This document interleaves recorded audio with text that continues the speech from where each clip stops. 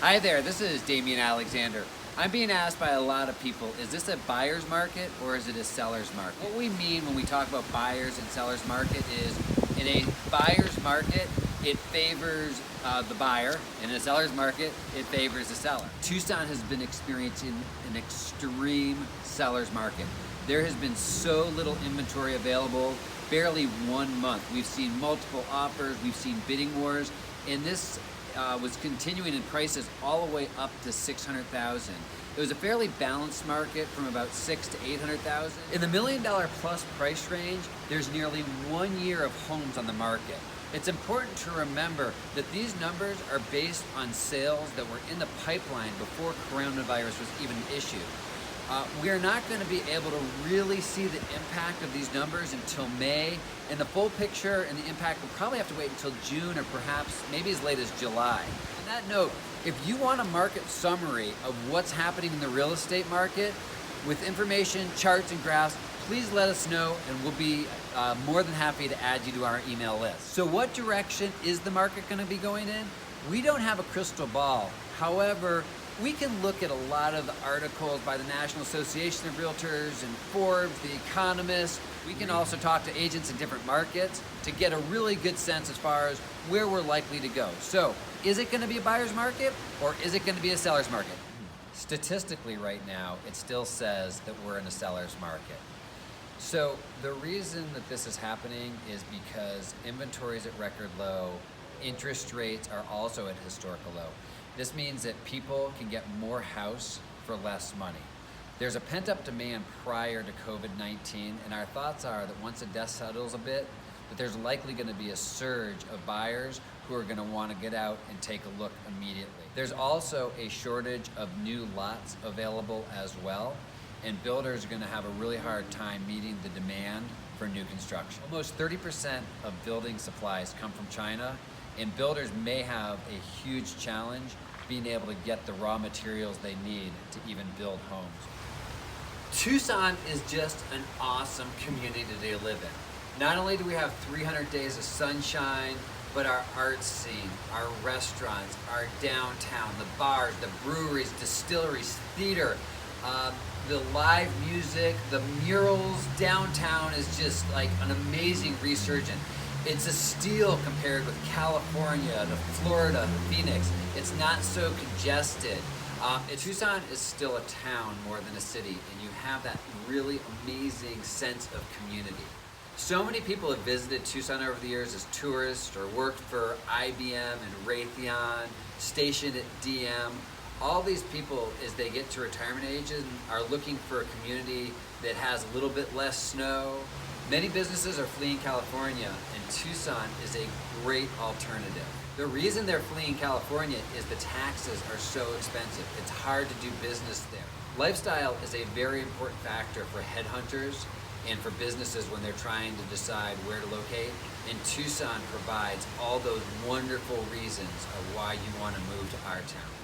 All of these factors were in play before, and none of this has changed. And there may be some additional factors that lead to a continued seller's market. As people are realizing that they're going to be working from home, they may end up wanting to buy bigger homes or different homes that have amenities that make working from a home office that much better. The real estate foundation is very strong. While we are seeing mortgage forbearances rising very quickly and at an alarming rate, we're not seeing foreclosures.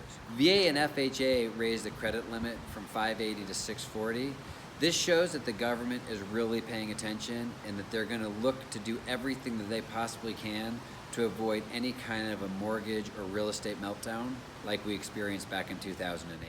Everyone wants the economy to do well. People are chomping at the bits to get back to work.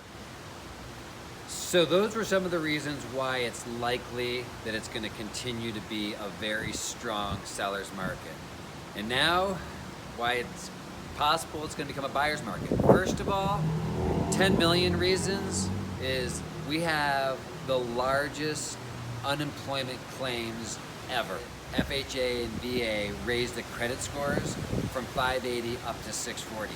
This is going to take people out of the market who are no longer going to be able to qualify. People currently are not going out for anything. In March, we saw 16% decrease in the number of homes that were pending in the MLS. The overall uncertainty in the market is going to lead a lot of people to not make the largest purchasing decision that they make, which is buying a house. There's a serious possibility of liquidity crunch and that banks are just not going to lend money. The government, with the $2 trillion bailout and the feds infusing money into the markets, has been doing what they needed to so far. But there's still a question of, is there going to be a run on the money, and are banks going to be a lot tighter in what they're willing to lend and who they're willing to lend to? A lot of pension funds have certain allocations that are tied into stocks, real estate, and bonds, and they have to keep those numbers fairly balanced. It's possible with the stock market going down so much that what's going to happen is they're going to have to liquidate their real estate assets to keep it in line. The global economy is taking a hit. I have a client who's with Delta Airlines. He said 80% of their fleet is grounded. Lufthansa has been talking about completely disbanding 2 of their discount services. It's also how interconnected we are as a world. Inside of that plane being discontinued, it means there's less orders for new planes, which means that the Boeings of the world and the Airbuses aren't getting jobs. And it means the rancher who makes the leather seats for them is also impacted. It's the engineers, it's everyone, it's the farmer even, because of the peanuts. Wait, they don't do peanuts anymore on planes, but you get the picture. We're all interconnected. And on a local level, that's the same thing.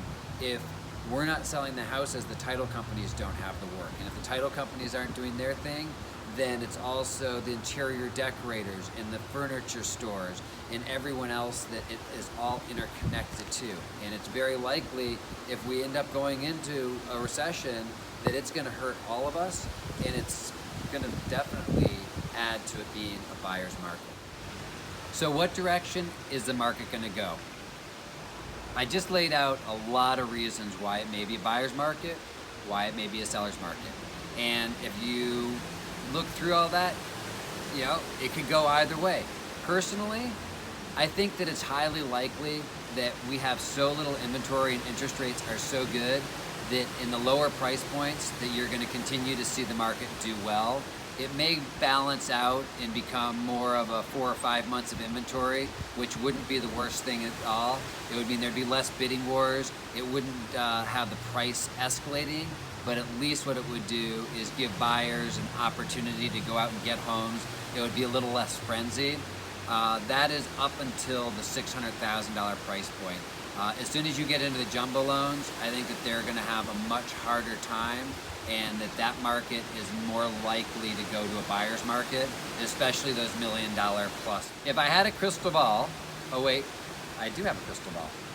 And when I look in the crystal ball, there's only one thing that I can say for sure, and that is the Damian Alexander team is going to be here if it's a buyer's market or if it's a seller's market. If you're thinking that you're going to be selling your home sometime in the near future, give us a call. We can give you tips of how to get ready and how to maximize your investment. And if you're a buyer, we're here to show you around, and it may be that it's going to still be bidding wars, and we'll teach you how it is to win in the bidding war, or it may be that it's a more balanced market. So feel free to give us a call, 520-977-5664, or email Damian@longrealty.com.